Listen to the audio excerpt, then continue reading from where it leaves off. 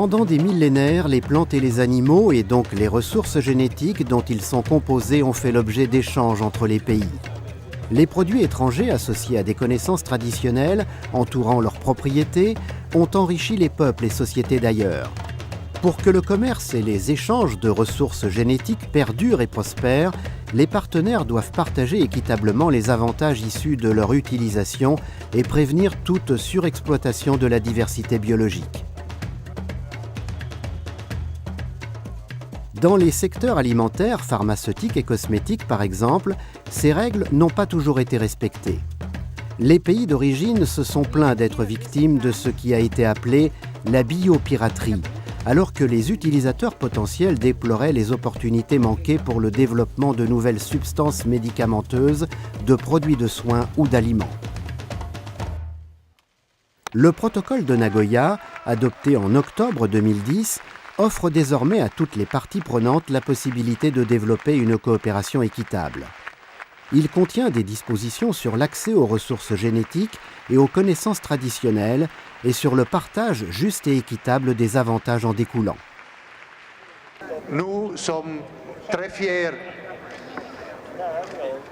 du succès que nous avons obtenu ce soir comme couronnement d'un travail de plusieurs semaines. Nous sommes reconnaissants à toutes les parties pour l'esprit de compromis, pour l'engagement et pour la volonté d'aboutir. Et, Monsieur le Président, nous tenons surtout à vous remercier personnellement. Maintenant, c'est aux parties de mettre en pratique ces dispositions.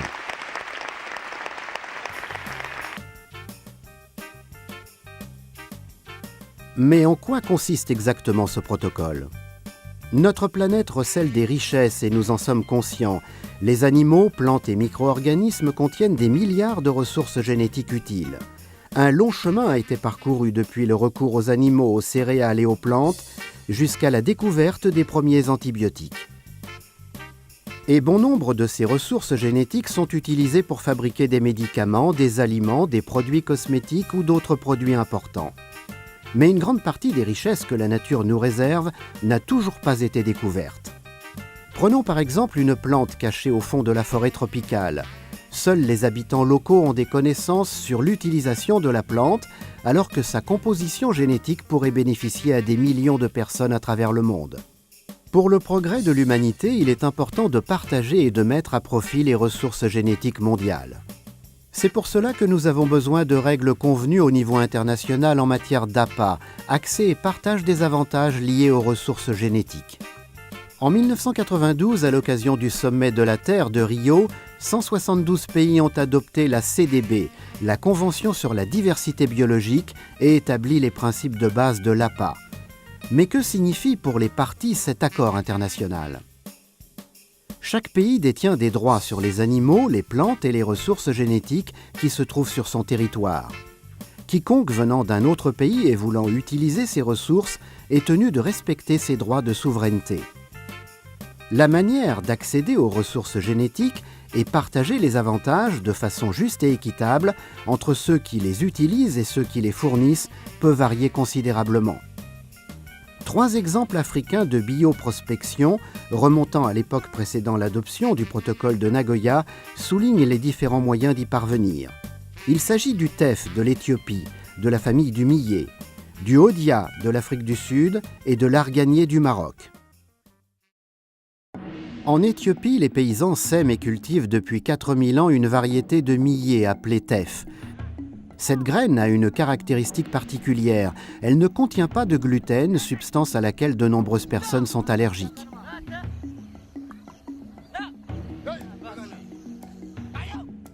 Cultiver en Éthiopie est une entreprise fastidieuse. L'exploitant doit préparer les semences sans l'aide d'aucune machine. Il n'a que ses bœufs pour labourer son champ et engranger sa récolte.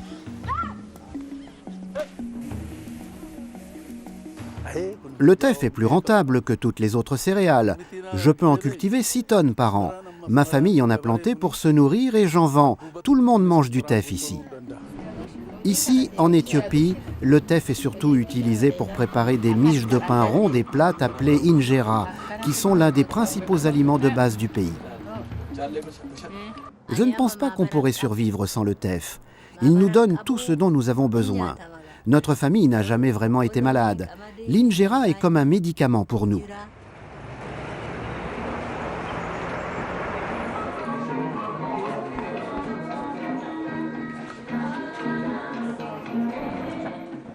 Parfois, je mange aussi de la nourriture occidentale. Mais j'ai besoin de manger de l'injera au moins une fois par jour. Je ne sais pas ce qu'en pensent les scientifiques, mais pour nous, c'est de la bonne nourriture.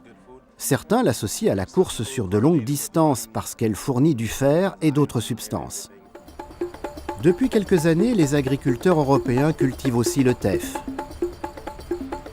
375 variétés éthiopiennes de teff ont ainsi été testées dans des laboratoires aux Pays-Bas. Les graines de teff ont été progressivement améliorées pour les adapter aux conditions climatiques européennes. Finalement, 3 variétés ont été semées avec succès et récoltées. Ces graines ont aussi servi à faire du pain en Europe et d'autres produits issus du teff ont été développés. Pour tous ceux qui ont une intolérance au gluten, cette graine améliorée est un immense soulagement.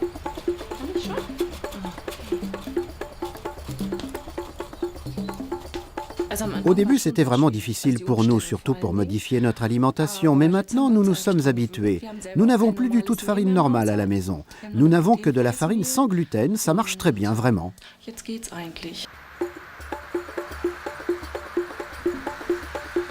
Cette famille a fait de nécessité vertu et ouvert sa propre boutique d'aliments sans gluten. Le boulanger est également très content de son nouveau produit.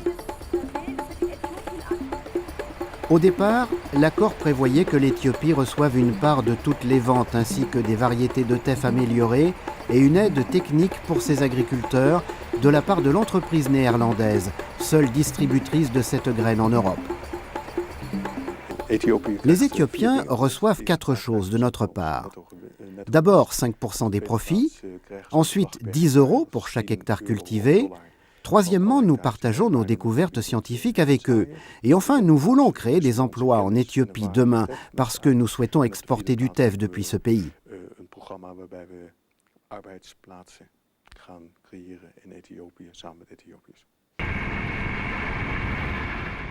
Nous devons changer la façon dont nous fonctionnons parce que nous avons besoin de plus de nourriture et parce que la population augmente. S'ils introduisent de nouvelles technologies, peut-être pourront-ils nourrir ces 80 millions d'individus et pourquoi pas toute l'Afrique. Malheureusement, ce qui avait si bien commencé s'est depuis enlisé. Le gouvernement éthiopien a adopté une loi interdisant l'exportation de cette graine, tandis que l'entrepreneur européen interrompait son aide à l'Éthiopie et à ses agriculteurs en raison des difficultés économiques. En l'absence d'une base juridique adéquate, les tentatives de renouer les relations entre les anciens partenaires n'ont abouti à rien.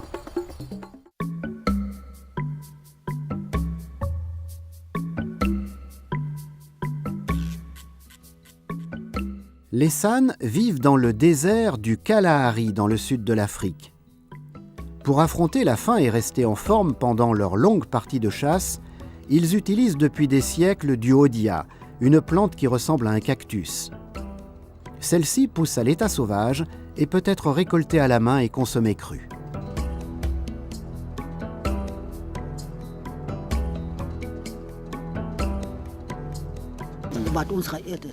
Les anciens nous disaient « Mangez ça et vous n'aurez pas faim. Vous ne recevez pas de nourriture, mais vous n'avez pas faim. »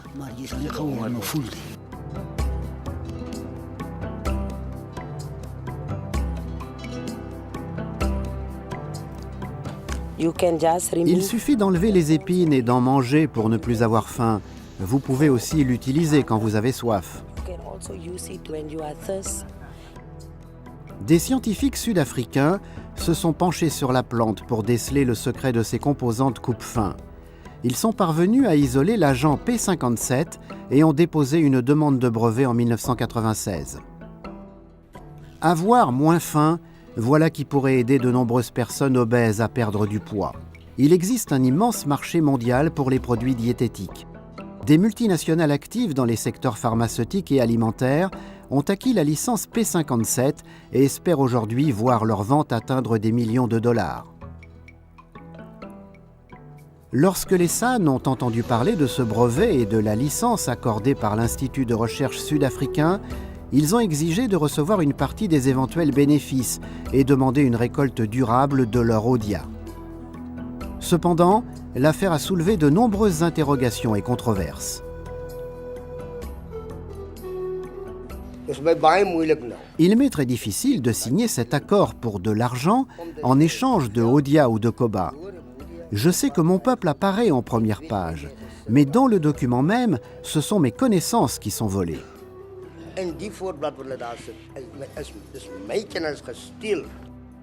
Plusieurs options ont été abordées lors des ateliers. Cet événement fait partie d'un projet de recherche consacré au processus décisionnel et au partage des avantages. Il faut d'abord décider si vous voulez partager vos connaissances. Puis pour combien et ce que vous voulez en échange de vos connaissances. Enfin, si de l'argent provient du partage des avantages, il faut décider ce que vous allez en faire. Finalement, les SAN et l'Institut de recherche sud-africain sont arrivés à un accord. Si le brevet sur le Odia devait un jour donner naissance à un produit commercialisé, les SAN auraient droit à 6% des revenus engrangés au titre des accords de licence. Mais le brevet n'a pas été un franc succès et aucun produit n'a encore été développé.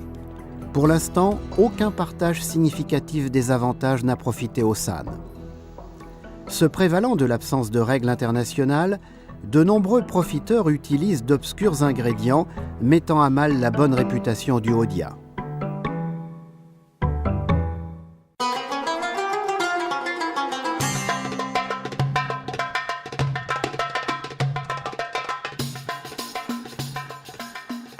Au Maroc, les femmes berbères cueillent les fruits et les feuilles de l'arganier depuis le XIIIe siècle. Cet arbre local pousse dans le sud du pays et protège la région de l'avancée du désert. Afin de protéger les arbres existants, l'UNESCO a inscrit la région de l'arganier au patrimoine mondial de l'humanité. Les femmes marocaines utilisent l'huile extraite de ce fruit, semblable à une noix, à des fins médicinales et cosmétiques. Pour ce faire, elles continuent de collecter, sécher et traiter les noix selon la méthode traditionnelle. Mais récemment, elles ne l'ont plus fait seules, dans l'isolement de leur maison. Elles ont formé des coopératives leur permettant d'approvisionner le marché européen. Certains partenaires commerciaux européens se sont volontairement déclarés prêts à payer plus cher que le prix habituel du marché pour obtenir les produits issus de l'arganier et apporter un soutien social aux coopératives. C'est ainsi que la coopérative Alamal, par exemple, offre des cours d'alphabétisation à ses membres. Nous, femmes d'aujourd'hui, n'avons plus rien à voir avec celles des temps passés. Nous avons beaucoup appris grâce à la coopérative et nous sommes aussi allés à l'école. Nous sommes capables de communiquer avec tout le monde et de négocier. Il y a bien plus à gagner que de l'argent. C'est toute notre personnalité qui a changé. Les partenaires commerciaux bénéficient aussi de cette situation. Ils obtiennent des produits de grande qualité ayant été fabriqués selon des normes éthiques et peuvent les commercialiser en conséquence. Aujourd'hui, en plus de ces accords de commerce équitables, il est possible d'obtenir des produits encore plus précieux issus de l'huile d'argan et des feuilles de l'arganier en utilisant les ressources génétiques et les propriétés de cet arbre. Le contexte: Zoubida Charouf, chimiste à l'université de Rabat, a analysé l'huile d'argan et découvert des composantes précieuses. L'huile d'argan est très utilisée en médecine traditionnelle, notamment pour la peau et pour prévenir les maladies cardiovasculaires, pour les rhumatismes, etc. Donc il y a des choses qui ont été confirmées par les sciences exactes, comme par exemple c'est bien pour l'hydratation de la peau, c'est anti-rides et ça peut prévenir les maladies cardiovasculaires. Mais cette huile n'a pas que des propriétés cosmétiques. Nous avons évalué l'effet nutritionnel de l'huile d'argan. Alors jusqu'à présent, on n'a pas tout fait, mais il y a quelques résultats qui semblent être intéressants, notamment dans la prévention des maladies cardiovasculaires. On a trouvé que l'huile d'argan est bénéfique. Pour ce qui concerne, il y a des études aussi, il y a quelque chose en médecine traditionnelle pour le cancer. Là, on n'a pas encore fait d'intervention nutritionnelle. On est encore au stade des tests sur les cellules. Donc sur les cellules, effectivement, il y a un effet antiprolifératif. Mais ça on ne peut pas dire tout de suite que c'est bénéfique ou pas, parce qu'il faut entreprendre vraiment d'autres études plus poussées. Plus de 40 brevets ont été déposés au niveau international en ce qui concerne l'arganier. Ni les femmes de la coopérative, ni le professeur Charouf ne savent ce sur quoi les recherches menées à l'étranger vont déboucher. Dans cet exemple aussi, des accords APA adéquatement négociés et encadrés par des règles internationales et les législations nationales auraient dû jouer un rôle essentiel pour clarifier comment le Maroc et les femmes de ces coopératives auraient pu bénéficier davantage des découvertes scientifiques et des gains financiers issus de l'arganier.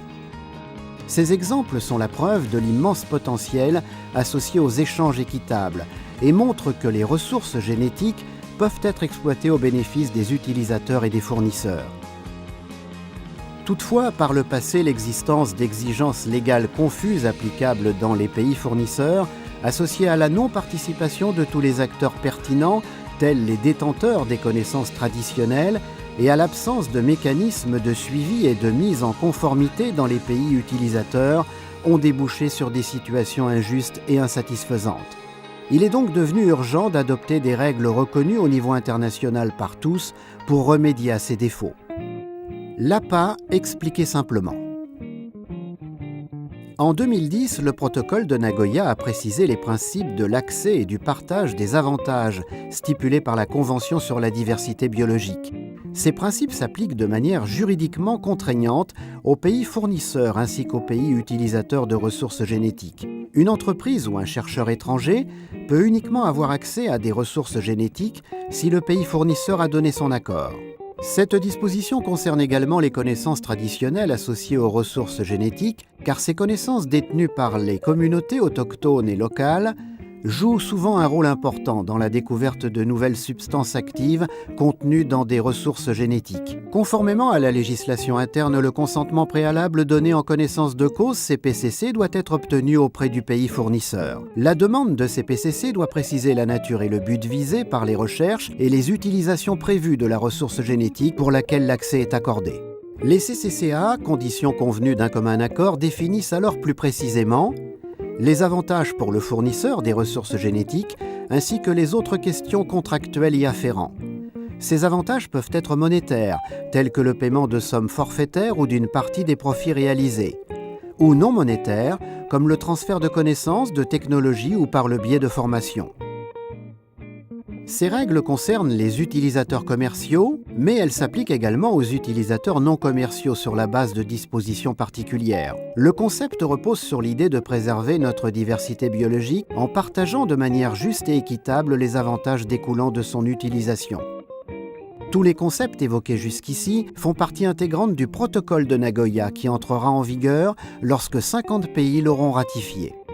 Il a pour but de garantir un accès approprié aux ressources génétiques et le partage des avantages qui découlent de leur utilisation. Il vise à renforcer la certitude juridique pour toutes les parties impliquées dans l'utilisation des ressources génétiques. À cela s'ajoute un autre élément important qui vient compléter le protocole. Des points de contrôle officiels devront désormais être désignés dans les pays où sont utilisées des ressources génétiques. Tout au long des processus de recherche et de développement, ces points de contrôle contribueront à vérifier si le consentement préalable donné en connaissance de cause, CPCC, a été obtenu et si des conditions convenues d'un commun accord, CCCA, ont été établies. Les informations recueillies sont ensuite transmises aux autorités pertinentes et à une base de données spécifique, le centre d'échange sur l'APA.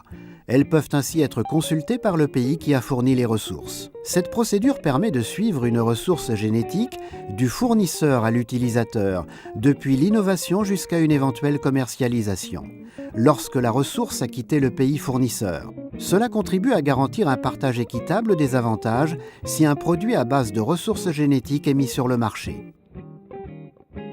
Tous les pays ayant ratifié le protocole de Nagoya doivent maintenant traduire ces dispositions dans une législation nationale qui reflète les intérêts de l'ensemble des parties prenantes concernées. Que ce soit dans les pays fournisseurs ou utilisateurs, le temps est venu de s'y mettre. Les gouvernements doivent se fixer des objectifs pour concrétiser la législation sur l'APA dans leur pays, en coopération avec tous les groupes concernés, détenteurs de connaissances traditionnelles, scientifiques, entreprises et ONG luttant pour la préservation de la biodiversité ou un commerce équitable. Ils doivent également préciser les étapes à franchir sur cette voie.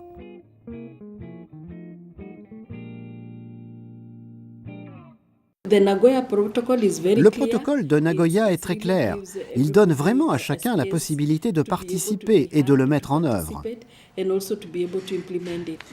faut aussi se poser la question de savoir à quoi pourrait ressembler une mise en œuvre adéquate de ce protocole en Suisse. Est-ce que les mesures existantes sont suffisantes ou en faut-il des supplémentaires? Prenons par exemple les mesures destinées au contrôle d'une obtention légale des ressources génétiques utilisées en Suisse ou aux mesures destinées à vérifier si les avantages ont été partagés de manière juste et équitable. Qui contrôle quoi et qui est responsable de quoi? La situation qui a été citée par M. Mayenberg, c'est une entreprise suisse qui ne respecte pas une législation sud-africaine. Nous pensons qu'il existe un lien fort entre l'APA et les entreprises. Le secteur privé sera ou devrait être un acteur clé primordial dans ce processus. Notre vocation n'était pas de faire de l'argent, mais de créer un partenariat et un projet pilote qui engrange des bénéfices en échange de savoirs traditionnels. C'est ça ce qui est bien. Ici, en Suisse, un processus d'approbation est nécessaire. Nous avons tous la possibilité de donner notre avis. Évidemment, nous ne souhaitons que quelques points de contrôle. Nous voulons nous limiter à ce qui est vraiment nécessaire et rien de plus. C'est désormais une obligation pour le gouvernement. Si vous avez déjà endossé, signé, voire ratifié le protocole de Nagoya, vous êtes obligé de veiller à respecter et reconnaître les droits des communautés.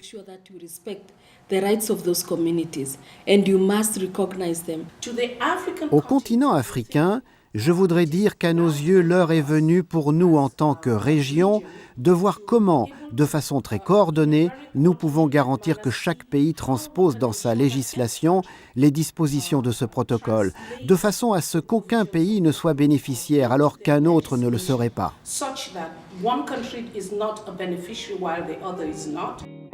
Les premiers gouvernements se sont lancés et ont signé le protocole. Conformément aux décisions de la CDB, l'objectif est que chaque pays établisse d'ici 2015 le cadre juridique nécessaire à la concrétisation de l'APA, et ce pour le bénéfice de la nature et des populations. Dans ce but, quelles questions importantes convient-il aujourd'hui de se poser? De quoi avons-nous besoin pour ratifier le protocole de Nagoya? Qui doit participer à la mise en œuvre du protocole APA dans votre pays? Quel ministère représentant de groupes d'intérêt, ONG, communautés locales? Quelle autorité sera chargée de piloter le processus, de rassembler les propositions et d'organiser l'autorité nationale, point focal? Comment l'accès aux ressources génétiques sera-t-il accordé? Comment les connaissances traditionnelles peuvent-elles être protégées et promues? Qui profitera du partage des avantages et quelle sorte de partage peut-on considérer comme durable? Comment encourager la transparence et l'efficacité des accords? Comment garantir que les processus nécessaires seront mis en place dans des délais raisonnables? À quoi doit ressembler un certificat APA? Quelles informations transmettre au centre d'échange APA? Quel type de normes juridiques devrait-on imposer pour le CCPP et le CCCA? Quelles sont les législations existantes qui doivent être adaptées et quel type de loi doit-on adopter pour créer le cadre juridique nécessaire? Ce n'est que quand ces questions auront été traitées et que les règles en matière d'APA prévues par le protocole de Nagoya auront été instaurées qu'il sera possible de partager et d'utiliser les ressources génétiques sur une base équitable. Une situation gagnant-gagnant-gagnant dont bénéficieront les utilisateurs, les fournisseurs et la nature.